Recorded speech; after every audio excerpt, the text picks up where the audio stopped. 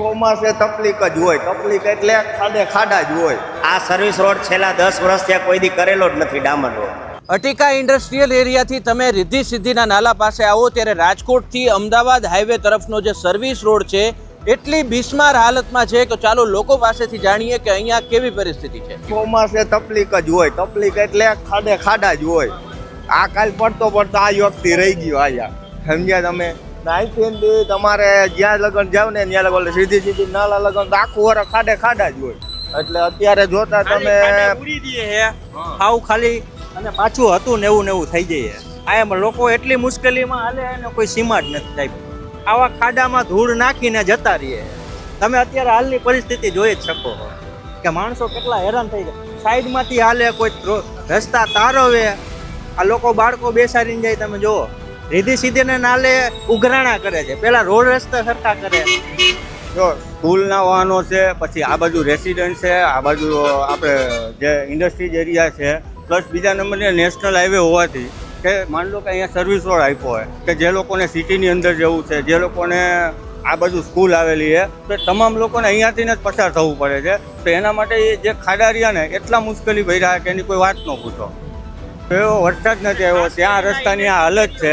તો ફૂલ વરસાદ આવે ત્યારેમાં શું થાય? બાળકો છોકરા ભણવા જાય, સ્કૂલવાનું આવે, રસ્તો તારવવાની પણ જગ્યા નથી અહીંયા. અને તંત્ર રોજ સવારે રજૂઆત કરવા જાય તો ખાડા બુરી ધૂળ નાખીને વયા જાય. ધૂળની અંદર આની અંદર ગાડીઓ ફસાઈ જાય છે, છતાંય કોઈ ધ્યાન દેવામાં નથી આવતું. આ લગભગ 2-3 વર્ષથી આની આ સમસ્યા છે. ઓલી બાજુ રોડ ખોદી નાખ્યો, આ બાજુ રોડ ખોદી નાખ્યો, પાછું રિપેર કરવાની કોઈ તંત્ર કે કોઈ બધામાં ધ્યાન દેવામાં નથી આવતું. આગળ જાવ તો તમે એવડો ખાડો, અહીંયા ડમ્પર સારવવું હોય તો 4 જણાને પહેલાં સાઈડમાં ઊભું રાખીને કહેવું પડે કે ભાઈ ઊભા જો અહીંયા ખાડો છે એમ.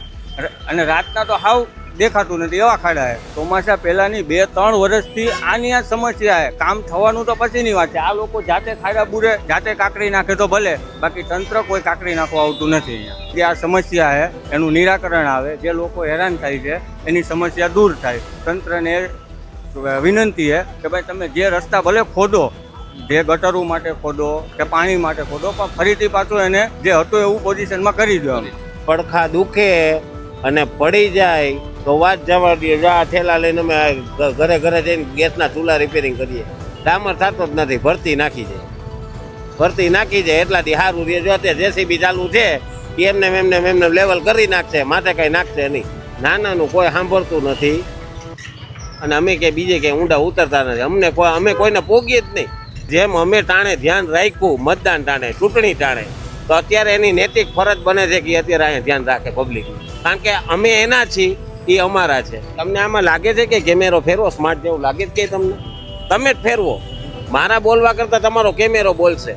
આ જો આ તો કાંઈ નથી, આજ તો બુધવાર છે સાહેબ. નહીં તો આવો ને એટલે અહીંયા કલાકે વાળો ન હોય, રોજનું 50,000 પબ્લિક હાલે છે. સામેની સાઈડમાં 40 ટ્રાન્સપોર્ટ છે. કેટલા? 40 જેટલા ટ્રાન્સપોર્ટ આવી છે.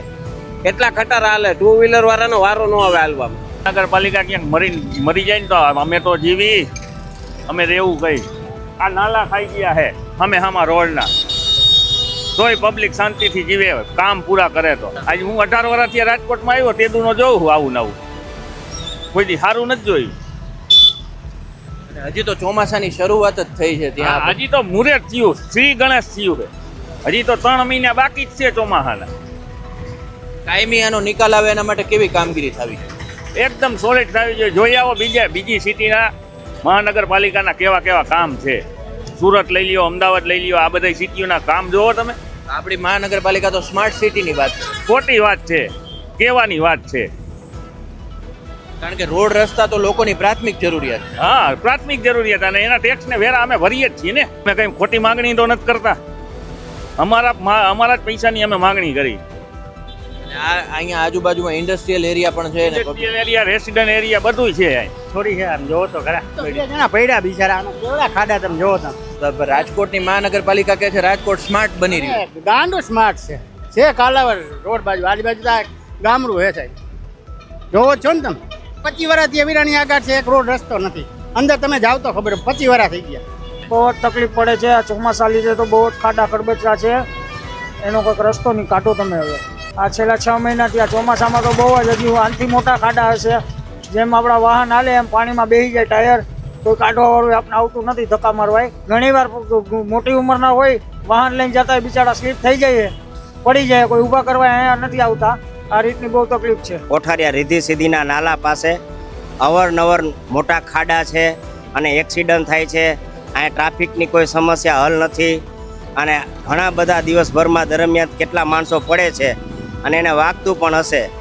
કોઠારિયા ચોકડીએ આ સમસ્યા છે અને આ રીધી સીધીના પુલ પાસે, અને આ કેટલા ટાઈમથી આ સમસ્યા છે. આનો કોઈ હલ કરતું નથી. મહાનગરપાલિકાને અવારનવાર ધારાસભ્યને કરેલા છે, રમેશભાઈને ટીલારાને અને ઓલા બાબરિયા છે જે ધારાસભ્ય બેનને, એને પણ અમે રજૂઆત કરેલી છે, પણ કોઈ સમસ્યાની હલ થતો નથી. ચોમાસું જામશે ત્યારે તો ટ્રાફિકની સમસ્યા એવી છે, માણસોના અકસ્માત એવા, કોઈના હાથ પગ ભાંગી જાય છે, ફ્રેક્ચર થાય છે અને ગાડી સ્લીપ થઈને અવારનવાર માણસો પડે છે. અને હજી તો આ શરૂઆતમાં આવડા ખાડા છે. આ સર્વિસ રોડ છેલ્લા 10 વર્ષથી કોઈ દી કરેલો જ નથી, ડામર રોડ. એ આ નાલા નીચે અને એક કોઠારિયાના જે કોઠારિયા ચોકડી છે એની નીચે પણ એટલું પાણી ભરાય છે અને એની અંદર એ સમસ્યાએ કોઈ હલ કરતું નથી. આ ગવર્મેન્ટ કરપ્શન ગવર્મેન્ટ છે અને અવારનવાર આવા કિસ્સા સામે રજૂઆત કરવા છતાં કોઈ ન્યૂઝનું કોઈ સ્વીકારતા નથી. એની મન ફાવે એવી રીતે એ વર્તન કરે છે. મહાનગરપાલિકા મોટું કરપ્શન છે.